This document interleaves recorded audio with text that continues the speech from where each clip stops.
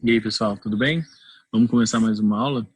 Nessa aula vai dar continuidade ao nosso estudo de lentes. Hoje eu vou falar com vocês sobre os raios notáveis para uma lente esférica e das possíveis imagens que a gente tem de uma lente convergente e uma lente divergente. Bora lá?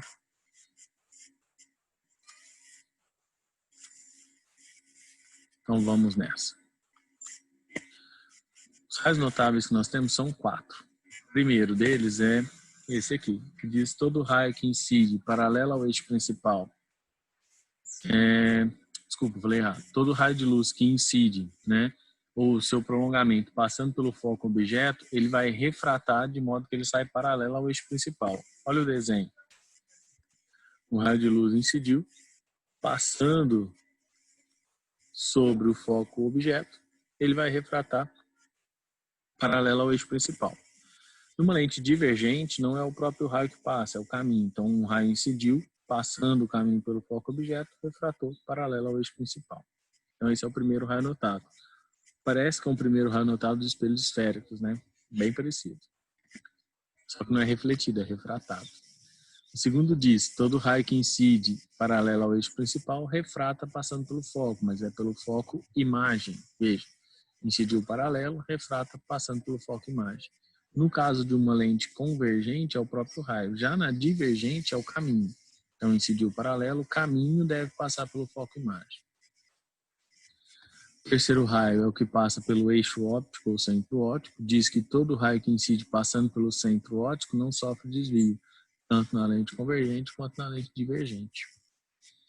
E o quarto raio é o raio que incide passando pelo anteprincipal objeto, ou o caminho, né, pelo anteprincipal objeto. Aí ele refrata simétrico. Simétrico é lá no anteprincipal imagem. Então, todo raio que incide passando pelo anteprincipal objeto, refrata simétrico, passando pelo anteprincipal imagem. Mesma coisa na lente divergente. Ó. Incidiu o caminho, passando pelo anteprincipal objeto, ele vai refratar o caminho, passando pelo anteprincipal imagem. Bom, esses são os 4 raios notáveis que eu gostaria de ter apresentado para vocês, né? Que eu apresentei para vocês.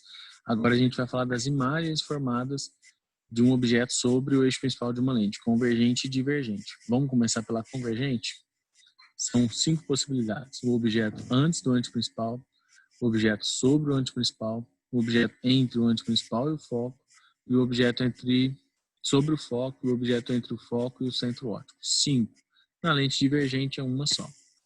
Então, primeiro, o objeto colocado antes do anteprincipal. No meu desenho, o anteprincipal está 2 vezes o foco, porque é o dobro da distância focal, certo? Olha só a animação. O raio incidiu paralelo, refratou passando pelo foco, e o raio que incidiu no centro óptico não sofreu desvio. Perceba que os próprios raios refratados se encontram. Aonde eles se encontram, eu tenho a formação da imagem. Então, aqui eu tenho o topo da minha velhinha ou, né, a parte de cima da setinha.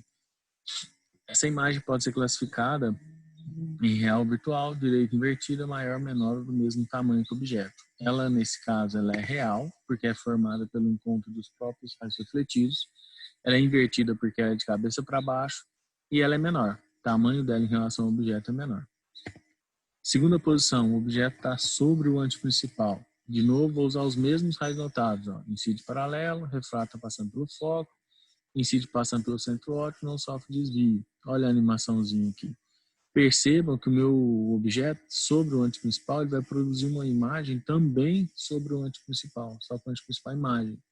E nesse caso, a imagem tem o mesmo tamanho que o objeto. É como se fosse, no espelho esférico, côncavo, como se fosse o objeto sobre o centro de curvatura. Tá? A imagem é real, que é formada pelo encontro dos próprios raios, invertida e do mesmo tamanho que o objeto. Então, limite. Terceiro caso, quando eu coloco o objeto entre o foco e o centro óptico. Gera uma imagem, usando os 2 raios notáveis também, gera uma imagem que é maior que o objeto invertida. Esse é o caso, por exemplo, de uma aplicação da lente de um projetor de slides, tá? É uma animação aí, é uma aplicação aí dessa lente convergente. A classificação das imagens é real, invertida e maior. Real porque é o próprio encontro dos raios refletidos, invertida porque ela é de cabeça para baixo, maior porque se eu comparar o tamanho aqui da minha imagem com o objeto, está maior. Quarta posição, o objeto sobre o foco. Quando o objeto está sobre o foco, os raios refratados ficam paralelos. Como eles estão paralelos, teoricamente a imagem é formada no infinito. Nesse caso, eu não vejo imagem. A imagem é chamada de imprópria, imp. Então, ficou, lembrando aí a classificação, rime, rimit, rima e imp, de impróprio. E a última, que é o objeto entre o foco e o centro óptico, é o único caso da lente convergente que eu tenho uma imagem virtual. Vejam, a imagem, o objeto está entre o foco e o centro óptico, usou os dois raios notáveis, eles não se encontram aqui na frente, então eu prolongo ele para trás, eu vejo uma imagem aqui formada na parte de trás, ampliada. É o caso da lupa, a gente usar uma lupa aí de aumento. A imagem é virtual, direita e maior que o objeto. É o único caso que ela é virtual, é o único caso que ela é direita. Na lente divergente, convergente, os outros casos é tudo real e invertido, tá bom? Agora, na lente divergente, eu tenho só uma possibilidade. Diante de uma lente convergente, qualquer que seja a posição dos objetos, as características são sempre as mesmas. Então, as características da imagem são sempre as mesmas, não vai mudar. Olha só o primeiro desenho. Tem um objeto, em frente aqui a lente convergente, todo raio que incide paralelo refrata passando pelo foco, imagem, e o raio que incide no centro óptico refrata sobre si mesmo. Formou uma imagem aqui, ó. Os caminhos, né? Desculpa, o próprio raio, eles não se encontram, mas o caminho se encontra aqui atrás. Então, formou uma imagem que é virtual. Essa imagem é virtual, direita e menor. Pô, mas está a mesma característica lá do último caso da convergente. Muito cuidado. O último caso da convergente é maior, tá? E da divergente, ela é menor. É a única coisa que diferencia.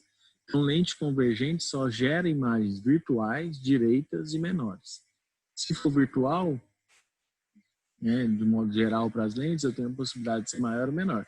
Se for maior, é lente convergente. Se for menor, é lente divergente. Primeiro exemplo.